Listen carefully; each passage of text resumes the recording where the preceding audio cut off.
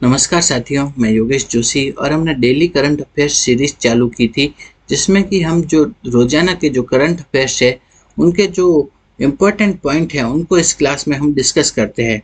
तो आज की क्लास में हम 15, 16 और 17 जून 2024 का जो इम्पोर्टेंट पॉइंट है करंट अफेयर्स के उनको डिस्कस करेंगे। तो सबसे पहले हम देखते हैं, पहला पॉइंट है कि 18वां मुंबई अंतर्राष्ट्रीय फिल्म उत्सव कौन सा है। अभी कौन सा हो रहा है? 18वां हो रहा है, ठीक है। 18वां मुंबई अंतर्राष्ट्रीय फिल्म उत्सव में वन्य जीव पर आधारित प्रसिद्ध निर्माता श्री सुब्बैया नलमुथु को कौन सा पुरस्कार प्रदान किया जाएगा? वो है Shantaram lifetime achievement award दिया जाएगा। तो Shantaram lifetime achievement award किसे दिया जाएगा? वो दिया जाएगा श्री सुब्बैया नलमुथु को। तो 18वें मुंबई अंतर्राष्ट्रीय फिल्म उत्सव में जो V Shantaram lifetime achievement पुरस्कार दिया जाएगा वो दिया जाएगा श्री सुब्बैया नलमुथु को दिया जाएगा। किनको दिया जाएगा? श्री सुब्बैया नलमुथु को दिया जाएगा। और श्री सुब्बैया नलमुथु किसके लिए प्रसिद्ध है? ये है वन्य जीव पर आधारित जो फिल्में बनाने के लिए फेमस है, ठीक है। तो 18वें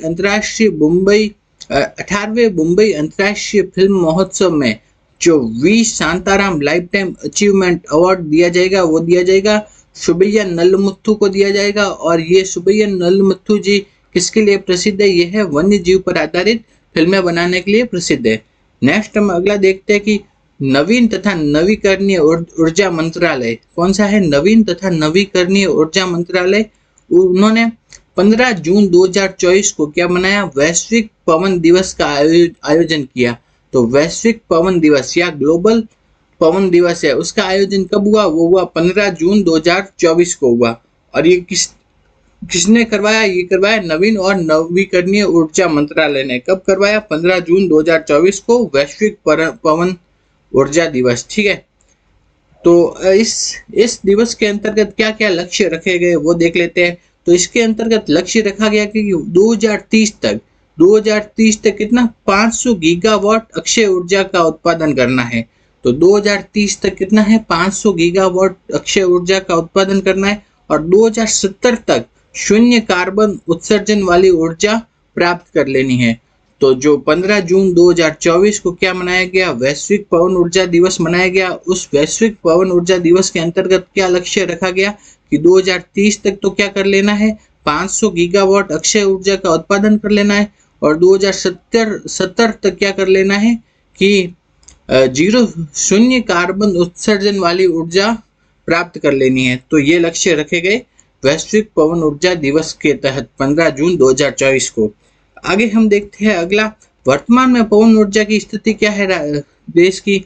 तो वर्तमान में क्या है? मई 2024 तक, कब? मई 2024 तक जो देश है वो कितना? 46.4 गीगावाट, कितना? 46.4 गीगावाट पवन ऊर्जा का उत्पादन करने की क्षमता रखता है। कितना?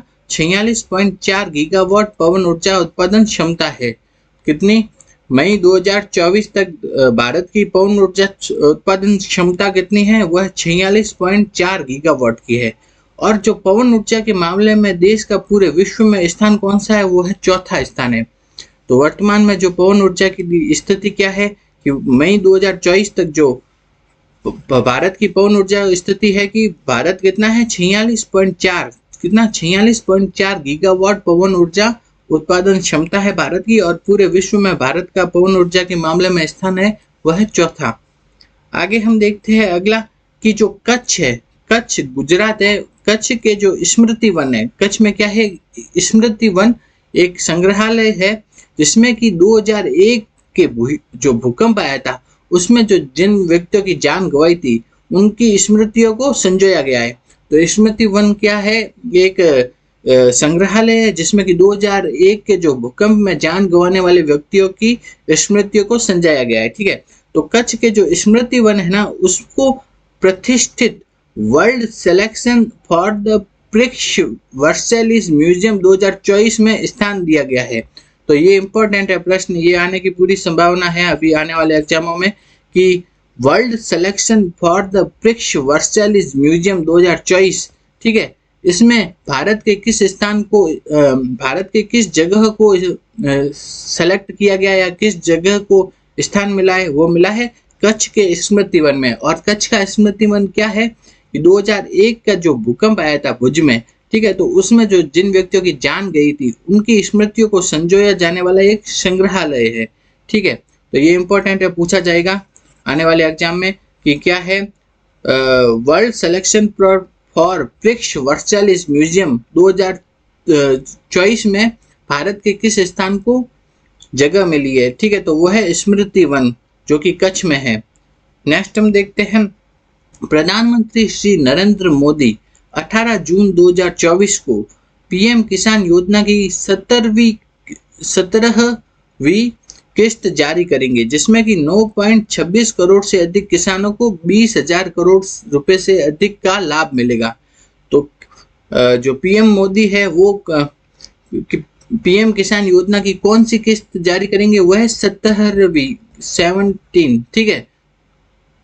तो ये वाली किस्त जारी करेंगे और जिसके तहत कि कितने किसानों को लाभ मिलेगा, वो 9.26 करोड़ किसानों को 20,000 करोड़ से अधिक रुपए का लाभ मिलेगा। तो ये भी याद कर सकते हैं। नेक्स्ट हम देखते हैं वर्तमान में जो भारत के उपराष्ट्रपति और राज्यसभा के सभापति कौन है, वह है श्री जगदीप धनखड़, ठीक है।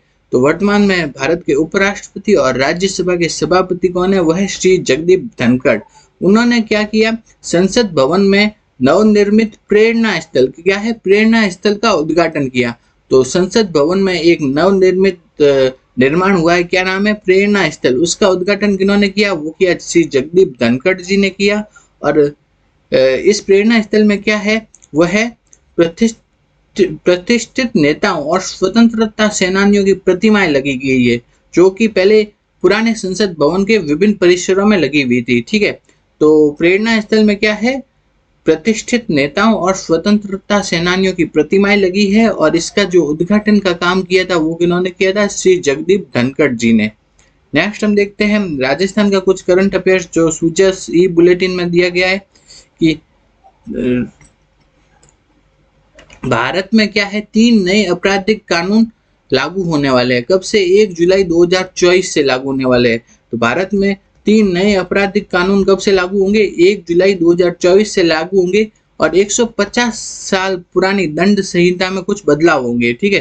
तो भारत में कितने, 3 नए आपराधिक कानून लागू होंगे। कब से, 1 जुलाई 2024 से लागू होंगे। तो वो 3 नए आपराधिक कानून कौन कौन से हैं, वह है, पहला है भारतीय न्याय संहिता 2023, दूसरा है भारतीय साक्ष्य अधिनियम 2023 और तीसरा क्या है, भारतीय नागरिक सुरक्षा संहिता 2023। ये 3 नए आपराधिक कानून भारत में लागू होंगे कब से, 1 जुलाई 2024 से। अगर आपको हमारा ये वीडियो अच्छा लगा तो वीडियो को लाइक करो, ज़्यादा से ज़्यादा शेयर करो और हमारे YouTube चैनल को सब्सक्राइब करो।